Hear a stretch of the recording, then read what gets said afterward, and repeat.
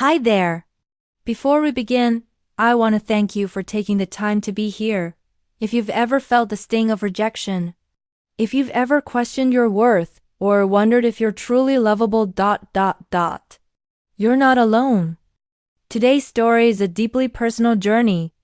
A journey through pain, healing, and the rediscovery of self-worth. I thought rejection meant I was unlovable. Here's how I changed that. Let's begin. The silence was deafening. Not the kind of silence you find in a forest, pregnant with the rustling of leaves and the distant call of a bird. No, this was the silence of a vacuum, a void that echoed with the unspoken words, the averted gazes, and the heavy thud of a door closing, metaphorically, and in some cases, quite literally, on yet another attempt at connection. It had become a familiar tune, this symphony of solitude, and its refrain was always the same: rejection. For years, rejection wasn't just an experience, it was an identity. A brand etched onto my soul, searing itself deeper with each failed relationship, each unreciprocated affection, each missed opportunity. It wasn't just that I was being rejected. I believed I was rejection, a walking, talking embodiment of unlovability. It started subtly, almost innocently. As a child, I was a sensitive soul, easily overwhelmed by the boisterous energy of the playground. I longed to be part of the games, to join the laughter, but my shyness often held me back. When I finally mustered the courage to ask, more often than not, the response was a dismissive wave, a mumbled "not today," or simply being ignored altogether. These early experiences, seemingly insignificant in the grand scheme of things, began to weave a narrative in my young mind. I wasn't wanted. I wasn't good enough. I was fundamentally unlovable. This feeling was compounded by a difficult relationship with my father. While not overtly unkind, he was emotionally distant, a man of few words and even fewer displays of affection. I yearned for his approval, for a hug, a word of encouragement, but these were rare and fleeting moments. His silence became a constant source of anxiety, a confirmation of my perceived inadequacy. In my child's mind, his lack of affection translated to a lack of love, further solidifying the belief that I was inherently flawed. As I grew older, this ingrained sense of unlovability began to manifest in my relationships. I approached every connection with a deep-seated fear of rejection, a self-fulfilling prophecy that often led to exactly what I dreaded. I would either cling too tightly, suffocating potential partners with my need for reassurance, or I would sabotage the relationship before it even had a chance to blossom, convinced that it was only a matter of time before they saw the real me and inevitably left. The pattern was relentless. I'd meet someone, feel that initial spark of hope, allow myself to dream of a future filled with love and companionship, only to have it all come crashing down. Each rejection reinforced the narrative, deepening the grooves of self-doubt and reinforcing the belief that I was destined to be alone. I tried to mask my insecurities, to project an image of confidence and self-assurance, but it was always a facade, a thin veneer that cracked under the slightest pressure. The fear of being exposed, of being seen for the unlovable person I believed myself to be, haunted my every interaction. The turning point, as it often does, came in the form of a crisis. My most recent relationship had ended particularly badly. It wasn't just the pain of the breakup itself, but the crushing weight of familiarity. It was the same story, the same script, the same devastating ending. I found myself curled up on my couch, sobbing uncontrollably, convinced that I was utterly broken. It was in that moment of despair, amidst the wreckage of my shattered hopes, that a flicker of defiance ignited within me. I couldn't keep living like this, defined by rejection, consumed by fear. I knew I needed help, but I didn't know where to turn. A friend, seeing my distress, gently suggested therapy. The idea initially filled me with dread. Therapy was for people who were truly messed up, I thought, not for someone who was just unlovable. But desperation trumped my reservations, and I reluctantly agreed to give it a try. My first therapy session was terrifying. Sitting in that sterile room, facing a complete stranger, I felt exposed and vulnerable. But as I began to talk, to unravel the tangled threads of my past, I started to feel a glimmer of hope. My therapist, Dr. Anya Sharma, was kind and compassionate. She listened without judgment, offering gentle guidance and insightful observations. She didn't try to fix me or tell me what to do. Instead, she helped me to understand the origins of my beliefs, to challenge the negative narratives that had been running my life for so long. She introduced me to the concept of cognitive behavioral therapy, CBT, a technique that focused on identifying and changing negative thought patterns. It was a slow and challenging process, but with Dr. Sharma's guidance, I began to unravel the knot of self-doubt that had been constricting my heart for so long. One of the first things Dr. Sharma helped me realize was that rejection, while painful, wasn't a reflection of my inherent worth. It was simply a part of life, a natural consequence of putting myself out there. Not everyone would like me, and that was okay. Their rejection didn't diminish my value as a person. It simply meant that we weren't a good fit. This was a radical concept for me. I had always equated rejection with failure, with proof that I was fundamentally flawed. But Dr. Sharma helped me to see it as a learning opportunity, a chance to grow and to better understand what I was looking for in a relationship. We also explored my childhood experiences, particularly my relationship with my father.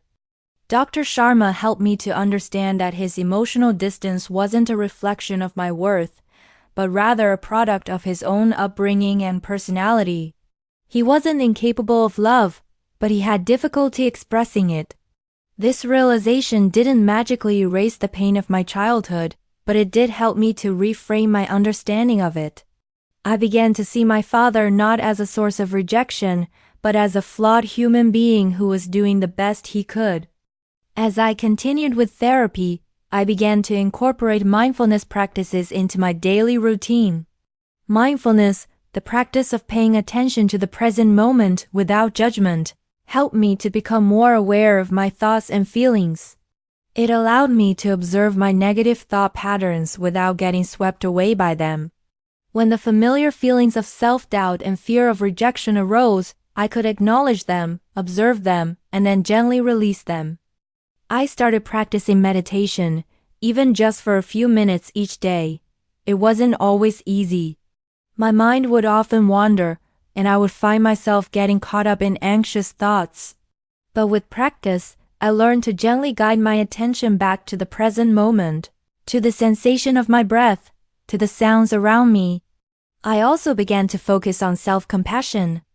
Dr. Sharma encouraged me to treat myself with the same kindness and understanding that I would offer to a friend. This was another challenging concept for me. I was so used to beating myself up, to focusing on my flaws and shortcomings, that the idea of being kind to myself felt foreign and uncomfortable. But with practice, I began to soften my inner critic. I started to challenge the negative self-talk, to replace it with more compassionate and supportive messages. Instead of saying, "I'm so stupid," I would try to say, "I made a mistake, but I can learn from it." Instead of saying, "I'm unlovable," I would try to say, "I am worthy of love and connection." I also realized that I had been neglecting my physical health. I was eating poorly, not exercising, and spending too much time isolating myself. I knew that taking care of my body was essential for my overall well-being, but I had been putting it off, convinced that I didn't deserve it. But as I began to heal emotionally, I also felt a growing desire to take care of myself physically. I started by making small changes. I began to eat healthier foods, incorporating more fruits, vegetables, and whole grains into my diet. I started going for walks in the park, enjoying the fresh air and the beauty of nature. I even joined a yoga class, which was initially intimidating but ultimately incredibly rewarding. As I took better care of my body, I began to feel better both physically and emotionally. I had more energy, I slept better, and I felt more confident and self-assured. I also started to reconnect with my friends and family. I had withdrawn from them during my periods of depression and anxiety, convinced that I was a burden on their lives. But as I began to heal, I realized that I needed their support and companionship. I reached out to my friends, apologizing for my absence and expressing my desire to reconnect. I also made an effort to spend more time with my family, even though it was sometimes challenging. I learned to set boundaries to protect myself from their negativity, but I also learned to appreciate their love and support. Slowly, gradually, I began to rewrite the narrative of my life. I started to see myself not as a walking embodiment of rejection, but as a strong, resilient, and worthy individual.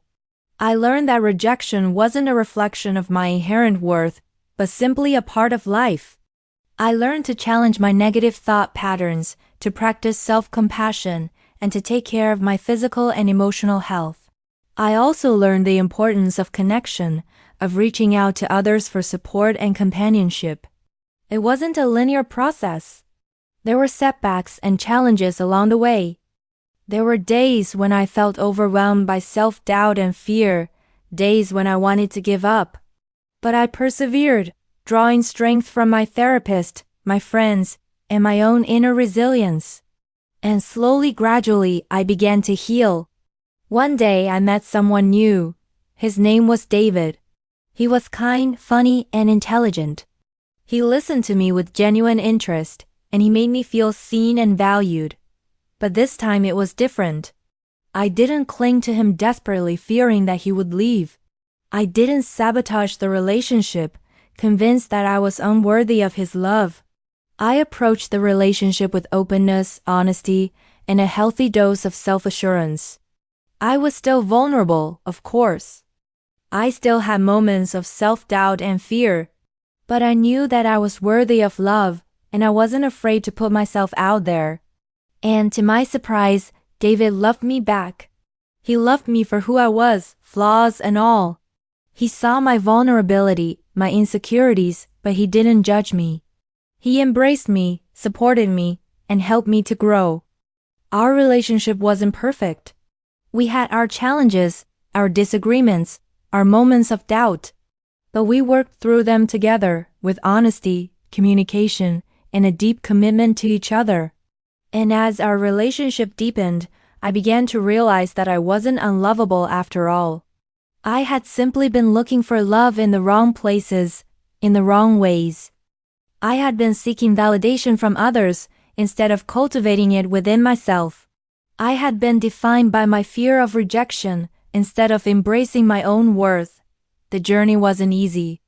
It required courage, vulnerability, and a willingness to confront my deepest fears. But it was worth it. Because in the end, I didn't just find love. I found myself. I found a sense of peace, acceptance, and self-worth that had been missing for so long. I learned that rejection wasn't a death sentence, but a stepping stone on the path to self-discovery. And I learned that I was, and always had been, worthy of love. The most important love of all, love for myself.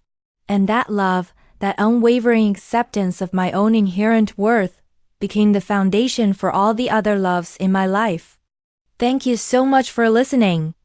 If this story resonated with you, even just a little, please remember this. You are not your past, you are not your pain, and most importantly, you are not unlovable. Healing takes time. It's not always pretty and it's rarely easy. But it is possible. If you're on your own journey, don't be afraid to reach out. For help, for support, for connection. And if this message touched your heart, please consider liking, subscribing, or sharing this story with someone who might need it too. Until next time, be kind to yourself. You are worthy of love, especially your own.